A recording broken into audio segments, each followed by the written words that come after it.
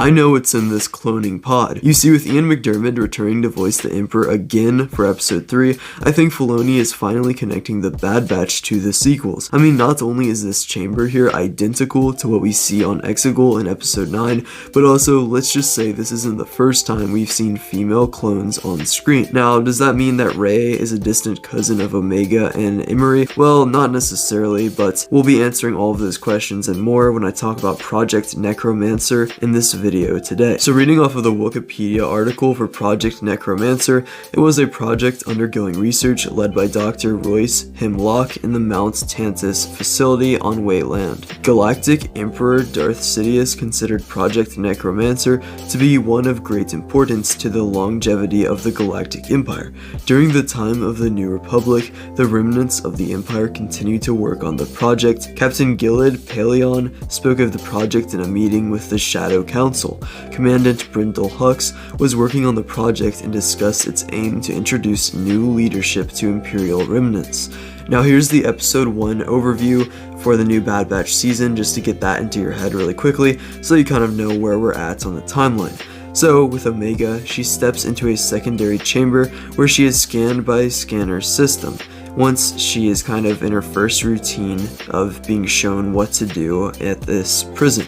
Inside, Nala Se and several droids deposit samples into various machines. Nala Se thanks Omega for bringing her the blood samples, and then she asks Omega if her blood sample herself was taken. When Omega confirms that this was the case, Nala Se discards the sample into a rubbish bin and tells Omega to keep this a secret, adding it is safer this way, which is something that would concern Omega, but we would obviously see later on what she actually meant here.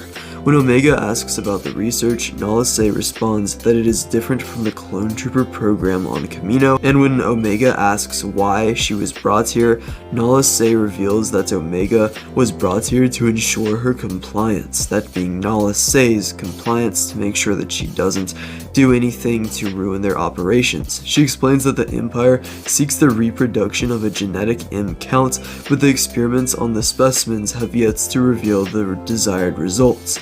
Nala Se clarifies that the specimens are not clones, and the two are soon joined by Dr. Hemlock and an Imperial Guard. Hemlock expresses hope that Omega's presence will strengthen her work. Now for the rest of the video, I'll be reading from the Imperial Cloning Program article, which just goes over a lot of the stuff in the comics and how we can obviously see how these canon shows are now tying into some of the canon comics, which kind of border on the feeling of legends, but they are indeed canon to make the whole sequels thing work. During the Imperial era, Imperial scientists sought to replicate the cloning capabilities of the Kaminoans. As Emperor Palpatine sought to achieve immortality, much research was done to accomplish this goal. Continuing the work of the IMDAWR, the Advanced Science Division, led by Dr. Royce Hemlock of the former Republic Science Corps, undertook the massive project of cataloging and repurposing Kaminoan technology to analyze the finest details of their cloning process and replicate it in their own projects. To that end, all of the Kaminoan surviving tech was transferred to the Wayland facility on Mount Tantiss, where Imperial scientists began modifying and testing it. Eventually, the technology from Nala Se's private lab, which was originally used to create Clone Force 99, was recovered intact and transferred to the facility. Imperial engineers successfully utilized Se's top-secret developments to finalize the work started by Sonver Bull during the Clone Wars and develop live Zilla Beast clones, despite the last specimen being long dead. The resulting beasts lived a normal life cycle, developing from their own infant state to a fully grown adult within mere days. Following the initial success, the Advanced Science Division began kidnapping clone troopers who had been decommissioned following the implementation of the Imperial Defense Recruitment Bill and experimenting on them in the Tantiss underground laboratories. These clones were kept in a state of suspended animation, oftentimes within vats.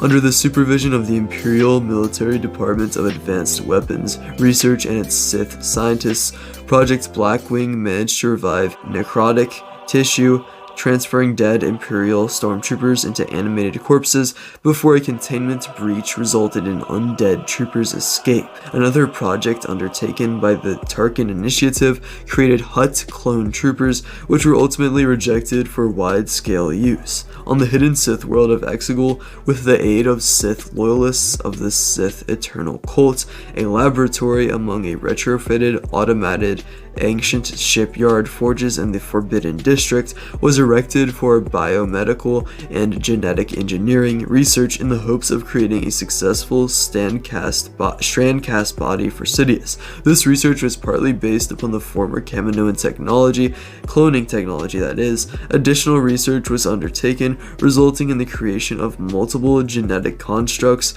an elite guard, and other frail oddities kept within vats and in a constant state of pain, which we can kind of see throughout the background of the Rise of Skywalker, but wasn't necessarily expanded upon too much. Now, before I end the video, I want to give sort of my personal thoughts on them connecting all the stuff here, as I have seen a couple other YouTubers reacting to this, and like Star Wars Theory in specifically, he didn't really take too kindly to it with them tying into the prequel, or tying it into the sequels, I should say. I mean, obviously he'd love if it was the prequels, but I will say I give some props to Dave Filoni for at least trying to salvage it, because obviously a lot of fans weren't too keen on the whole Palpatine returning thing, and they didn't really understand it. The biggest thing is it ruins the story, but also it doesn't make too much sense overall. And here it's a way to kind of bridge the gaps and make it seem like one fluent idea throughout the whole saga, rather than just one story by George Lucas and then Disney comes in and does Palpatine returning. So honestly, I like them trying to tie it in together. Obviously at this point, I feel like Star Wars is just beyond salvageable, and at least this Disney sort of canon we have here. So I'd rather have one that's like kind of neat and tucked together in a way than one that just makes no sense at all. So at least they are trying a little bit here, and I don't know, I think it could go well. I think Dave Filoni could actually pull a W here. So far the season's actually spectacular. I thought the first episode, I thought the third episode was great. But anyway, that's it for this video. You can subscribe if you want to. More Bad Batch videos coming out within the next few days, as I did want to kind of, I don't know, get some stuff out there for the hype on the new season and see what you guys think of that. Let me know if you want to see more Bad Batch videos as the new episodes come out. I want to do some theories here and there, so let me know if you have any theory suggestions for me under this video's comments. We got a 1 hour Darth Maul video coming out next week, but yeah, see ya.